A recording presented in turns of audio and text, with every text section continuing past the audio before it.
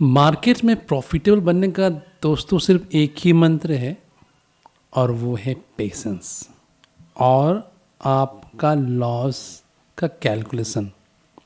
ठीक है, ऐसा तो नहीं कि बिल्कुल आपने ट्रेड मारा और वहाँ से आप मतलब बिल्कुल रॉकेट की रफ्तार से आगे निकलते गए, ऐसा कुछ नहीं है।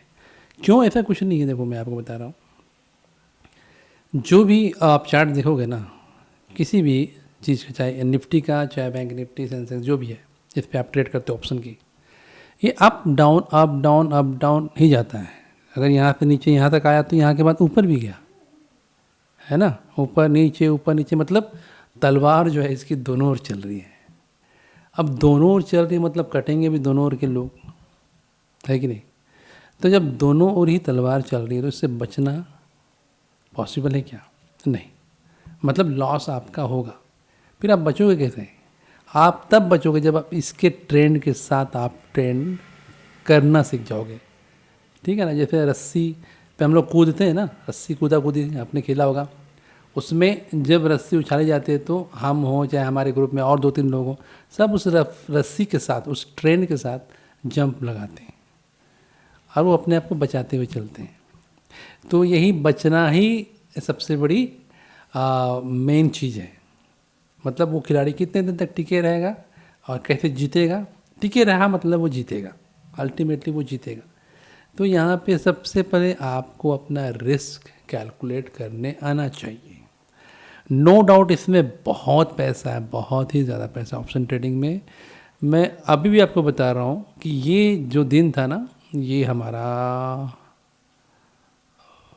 इस अप्रैल को 4 अप्रैल, देन ये 7 अप्रैल, करीबन 1300 पॉइंट का गैप डाउन हुआ था। 1300 पॉइंट का गैप डाउन हुआ था, मतलब मैंने दूसरे दिन कैलकुलेट किया, क्योंकि मुझे मार्केट में इंटर करते हुए करीब 1 साल हो गया है ना, मैं ट्रेड भी ले रहा हूँ। और मेरी एक आदत है कि मैं कैलकुलेशन पे बहुत ज़्यादा फोकस्ड रहता हूँ कि मुझे ये सब इतने बड़े बड़े इवेंट जो हैं मुझे करने हैं। इनफैक्ट उस दिन मैं नेकेड ऑप्शन की सेलिंग भी कर रहा था। मैं ही जानता हूँ मैं कैसे बचा हूँ उससे।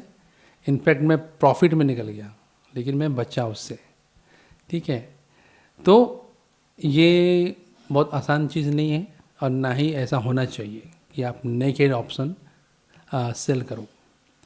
1300 पॉइंट का गैप डाउन, ज़रा सोचो क्या हाल हुआ होगा।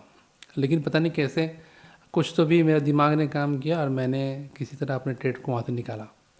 तो बाद में मैंने जब प्रीमियम को कैलकुलेशन स्टार्ट किया तो यहाँ से यहाँ तक में दूसरे दिन 4 रुपये का प्रीमियम जो है ना, यहाँ 400 रुपये हो गया। 4 रुपये का प्रीमियम कितना हो गया? 400 रुपया हो गया। हाँ, जो 100 रुपये का प्रीमियम था वो 10 गुना हुआ, है ना। उनकी भी मेरे पास रिकॉर्ड है, मैं आपको शेयर करूँगा कभी। मतलब 100 रुपये का प्रीमियम 10 गुना हुआ, लेकिन जो 4 रुपये का प्रीमियम था मतलब दूर का, वो 100 गुना हो गया। तो मतलब सोचो कि अगर किसी के पास पड़े हुए थे पैसे, उसको लगा कि हाँ मार्केट यहाँ तक गिर सकता है, और ऐसा लगा नहीं, ऐसा होना था, तय था। क्योंकि मार्केट यहाँ पे भी इंडिकेट कर रहा था, इस लेवल पे पहुँचा जब, कि अब ये एक बड़ी गिरावट यहाँ पे होनी है। इनफैक्ट मुझे भी लगा था, लेकिन मेरे पास उतने पैसे नहीं थे और ना ही इस टाइप का इवेंट मैंने देखा था, क्योंकि मुझे ज़्यादा दिन हुए नहीं थे। तो दूसरे दिन 4 रुपये वाला प्रीमियम यहाँ पे 400 हो गया। मतलब सोचो 1 लाख यदि किसी ने लगाया होता यहाँ के प्रीमियम पे, इस स्ट्राइक प्राइस पे, यहाँ पे उसका प्रीमियम 4 रुपये था, तो दूसरे दिन सुबह उठ के उसका 1 लाख जो है ना 1 CR होता, 1 CR। अब 1 CR के बाद देखो सबसे बड़ी बात और क्या है, देखो और भी ज़्यादा अमेजिंग चीज़, अगर वो बहुत धुरंधर खिलाड़ी, जानती ही आप कि जब बाज़ार बहुत तेज़ी से गिरता है तो उतनी तेज़ी से उठता भी है। तो अगर किसी ने 1 लाख लगा के 1 CR बनाया और उसमें से यदि सपोज कि उसी 1 CR को ऑपोजिट डायरेक्शन में फिर से लगा दिया, तो फिर अगेन यहाँ से यहाँ तक में ना वो उतना ही बढ़ भी गया। मतलब 100 टाइम्स फिर मल्टीप्लाई, मतलब 1 CR 100 CR भी बना है। अगर प्रीमियम को कैलकुलेट करके देखेंगे तो ये दिखता है। और वाकई में ऑप्शन ट्रेडिंग में, खासकर बाइंग में, तो प्रॉफिट तो है, प्रॉफिट है। लेकिन हमें पता होना चाहिए कि किस मोमेंट पे उसको बाय करना है, किस मोमेंट पे सेल करना है, प्रोबेबिलिटी कहाँ पे ज़्यादा है, कहाँ पे कम है। लेकिन उसके लिए क्या करना पड़ेगा, हमारे पास पहले से प्लान होना चाहिए। और यदि एक बिजनेस की तरह हम सोचें कि हमारे पास इतना पैसा है, देखो कोई भी चीज़ जो है ना, पैसे, चाहे हम किसी चीज़ की तैयारी करते हैं, हम इंजीनियरिंग करते हैं, मेडिकल करते हैं या आईएएस की तैयारी करते हैं ना, बहुत सारी चीज़ें कोचिंग वगैरह करते हैं, तो सब में पैसा लगता है यार, नो डाउट। अब कितने लोग इंजीनियर बन पाते हैं, बन पाते हैं क्या? ज़रूरी नहीं है, पैसा तो चला गया फिर। तो ये भी ऐसा ही चीज़ है, जब इतना पैसा से बन सकता है तो इसके पीछे भी पैसा तो लगेगा ना सीखने में। अब किस पे कितना लगेगा, अगर कोई बहुत ही ब्रिलियंट है तो समझो कि उसको स्कॉलरशिप लग गई, वो कम से कम पैसे में सीख जाएगा, है ना। उसको अच्छे टीचर मिल जाएंगे तो वो अच्छे से अपने कम से कम पैसे में वो धीरे धीरे सीख जाएगा, सीखेगा ज़रूर। और बिल्कुल राइट उसका डिसीजन रहा, रिस्क मैनेजमेंट, मनी मैनेजमेंट, तो फिर वो इस मार्केट में अपने आप को पहले सर्वाइव करना सीख जाएगा, उसके बाद फिर वो धीरे धीरे अपनी रफ्तार में आना शुरू करेगा। तो मार्केट में पैसा बहुत है, ऑप्शन ट्रेडिंग में बहुत पैसा है, लेकिन ऑप्शन ट्रेडिंग एक जुआ नहीं है, इसके पीछे पूरी मैथ है। बहुत सी जगहों पे आपको क्लियर इंडिकेशंस मिलते हैं कि यहाँ पे आप पैसा लगाओ तो आपको प्रॉफिट होना है, लेकिन ज़रूरी नहीं है, लॉस भी हो सकता है। लेकिन उस लॉस को यदि आप बगैर डरे, ठीक है, बगैर डरे यदि आप ले सकते हो तो ही इसमें आपकी एंट्री होनी चाहिए। अगर आपके पास अपनी मेहनत का बहुत ज़्यादा पैसा है और आप उसको गंवाना नहीं चाहते हो किसी भी कीमत पे, तो ऑप्शन ट्रेडिंग बिल्कुल भी आपके लिए नहीं है। हाँ, आपके पास कुछ पैसे हैं जिसको आप ऑप्शन ट्रेडिंग एक तरह से लर्निंग के हिसाब से भी आप सीखना चाहते हो, देन इट इज़ ओके। फिर भी समझो कि लॉस कम से कम आपके पास कितने होने चाहिए, कुछ तो होनी चाहिए, कैपिटल तो होना ही चाहिए ना आपके पास। ऑप्शन सेलिंग में प्रोबेबिलिटी ज़्यादा है, ऑप्शन सेलिंग यदि आप करते हो, स्ट्रेडल वगैरह बनाते हो, तो उसमें आपके पैसे थोड़े से लगेंगे। अगर हेज करके चलोगे तो थोड़े से कम लगेंगे, फिर भी मान के चलो कि 2.5 लाख तो लग जाते हैं एक लॉट ऑप्शन सेलिंग में, स्ट्रेडल में, स्ट्रैंगल हो स्ट्रेडल हो दोनों में। लेकिन उसमें पैसे बनते हैं, बहुत ज़्यादा पैसा नहीं बनता है, 500 रुपये, 1000 रुपये, 1500, 2000। लेकिन ये एफडी रिटर्न से बहुत अच्छा है। और बड़े बड़े जो सेलर्स होते हैं ना, वो इसी तरह के स्ट्रैंगल स्ट्रेडल बनाकर ही ट्रेड लेते हैं ज़्यादातर। तो उसके लिए पैसे तो होने चाहिए 2.5 लाख रुपये। उसके बाद लॉस भी हो सकता है इसमें, एक तरह से समझो कि आपको फीस देनी पड़ेगी बाज़ार में, ज़रूरी नहीं है। हाँ, आपको कोई अच्छा मेंटोर मिल गया जो आपको थोड़ा सा गाइड करेगा, फिर भी ज़रूरी नहीं है आप उसके बाद भी लॉस करोगे, ठीक है। लेकिन सीखोगे तो कुछ, जब तक आप गिरोगे नहीं साइकिल चलाते वक्त, तो क्या आपने साइकिल चलाना सीखा क्या? जब हम गिरते हैं तभी तो पता चलता है कि अरे हमें उठना कैसे है, अगली बार कैसे नहीं गिरना है। तो ये सारी चीज़ें मैं आपको इसलिए बता रहा हूँ क्योंकि मैंने खुद अपनी जर्नी स्टार्ट की है और मैं देख रहा हूँ कि ये बहुत इंटरेस्टिंग रोमांचक चीज़ तो है। लेकिन जब आप बिल्कुल फ्री हो, आपके पास ऊपर बहुत ज़्यादा टेंशन नहीं है पैसे का, आपके पास कुछ पैसे बचे हैं, आप एक रिटायर्ड पर्सन है, आपके पास अच्छा पैसा है, कुछ पैसे आप चाहते हो कि एक लक की तरह समझो कि एक स्किल गेन करना चाहते हैं कि यहाँ पे हो सकता है कि मैं ऑप्शन ट्रेडिंग में बहुत अच्छा बन जाऊँ, है ना। अदरवाइज एफडी में तो कुछ भी पैसा है नहीं, ये तो सीधी सी बात है। 6%, 7% साल का, वो भी ये कोई पैसा है क्या? बिल्कुल नहीं। तो एक तरह से हम अपने पैसे को डुबा रहे हैं एफडी में। लेकिन इसका मतलब ये नहीं कि हम ऑप्शन ट्रेडिंग में फिर वो जो थोड़े बहुत पैसे आते हैं एफडी से उतना भी ना आने दें और बिल्कुल पैसे को बिल्कुल ही बर्बाद कर दें, ऐसा भी नहीं है। ये एक बिजनेस की तरह है, यदि आप इसको सीखना चाहते हो तो सीख सकते हो, ठीक है। तो यहाँ पे मैंने एक ऑप्शन ट्रेडिंग का एक फ्री कोर्स लॉन्च कर दिया, आप उसको देखो धीरे धीरे, कॉल पुट को समझो, उसमें सेलर्स क्या चाहता है, बायर्स क्या चाहता है, एक्सपायरी क्या होती है, प्रीमियम्स कैसे बढ़ते हैं घटते हैं, एक्शन कैसा होता है ना। ये सब चीज़ समझोगे तब आपको मज़ा आएगा धीरे धीरे।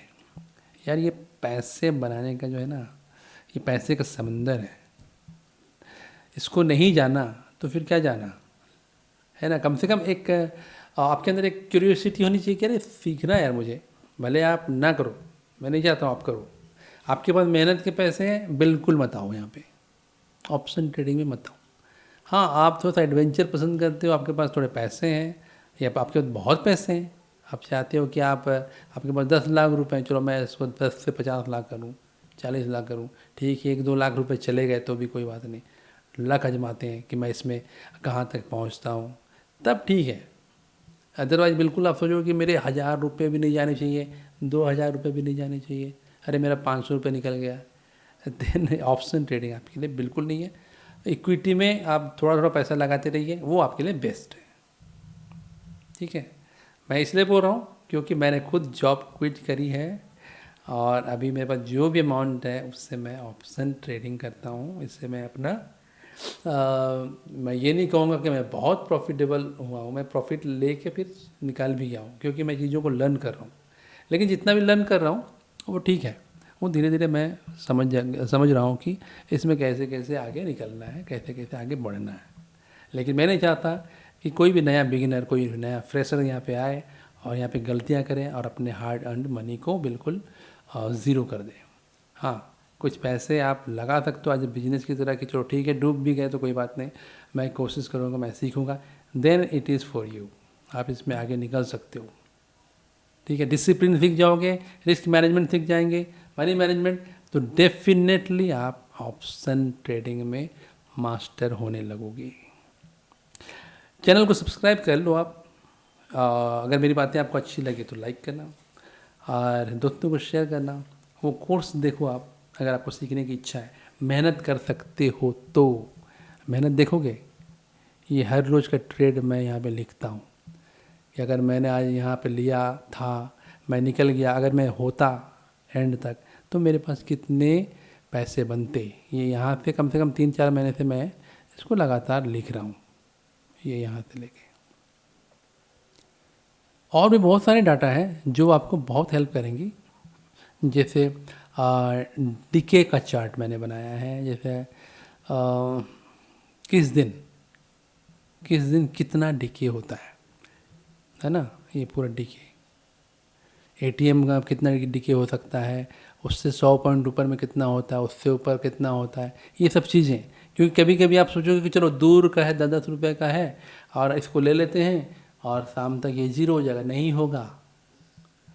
अगर आपका जो कॉन्ट्रैक्ट स्टार्ट हुआ है, आप उसी दिन ट्रेड लोगे और सोचोगे कि 10-10 रुपये का प्रीमियम जो है आपका ज़ीरो हो जाएगा सेम डेज, नहीं होगा। बल्कि उसमें से मुश्किल से आपको शायद, अगर बिल्कुल मार्केट साइडवेज रहा तो आपको 2 से 3-4 पॉइंट्स इतने ही मिलेंगे। मैं निफ्टी की बात कर रहा हूँ, ठीक है। बाकी में भी ऐसा ही हाल है कि आप बहुत दूर के यदि इसको ओटीएम बोलते हैं, उसके आपने ऑप्शन सेल कर दिए, आप सोचे कि इसका पैसा मेरे शाम तक आ जाएगा, तो नहीं होगा। जितना आसान उतना धीरे धीरे पैसा बनता है। और वही जगह अगर ज़रा सी गलती हो गई, मार्केट एक तरफ भागा या फिर आपने सोचा कि ये 3-4 रुपये का प्रीमियम तो कल ज़ीरो होना ही है, तो वही मैं बता रहा हूँ ना कि इस दिन के बाद मैं बता रहा हूँ, ये वाला 1300 पॉइंट नीचे गैप डाउन खुला है। 1300 पॉइंट सोचो, 4 रुपये का प्रीमियम 400 तक चला गया है। 4 रुपये का प्रीमियम 400 तक चला गया। चलो इसमें ऑप्शन बायर तो चलो उसने सोच के लगाया हो कि मेरे पैसे इतने जाएंगे, लेकिन अगर सेलर सोचा हो कि 4 रुपये का प्रीमियम क्या होगा, चलो इसको मैं 1000 क्वांटिटी ले लेता हूँ, क्योंकि 4 वाला तो धीरे धीरे जीरो हो ही जाना है। तो उसकी हालत क्या हुई होगी यहाँ से यहाँ तक। दूसरे दिन ऑप्शन सेलर इसी वजह से बर्बाद होता है, जब वो चीज़ों को कम आंकता है। ऑप्शन सेलिंग हो चाहे ऑप्शन बाइंग हो, दोनों में रिस्क है, दोनों में रिस्क है। पैसे को, कैपिटल को बचा के चलना है, फिर देखो जीत आपकी पक्की है। मिलते हैं फिर नेक्स्ट वीडियो में, तब तक के लिए बाय, जय हिंद दोस्तों।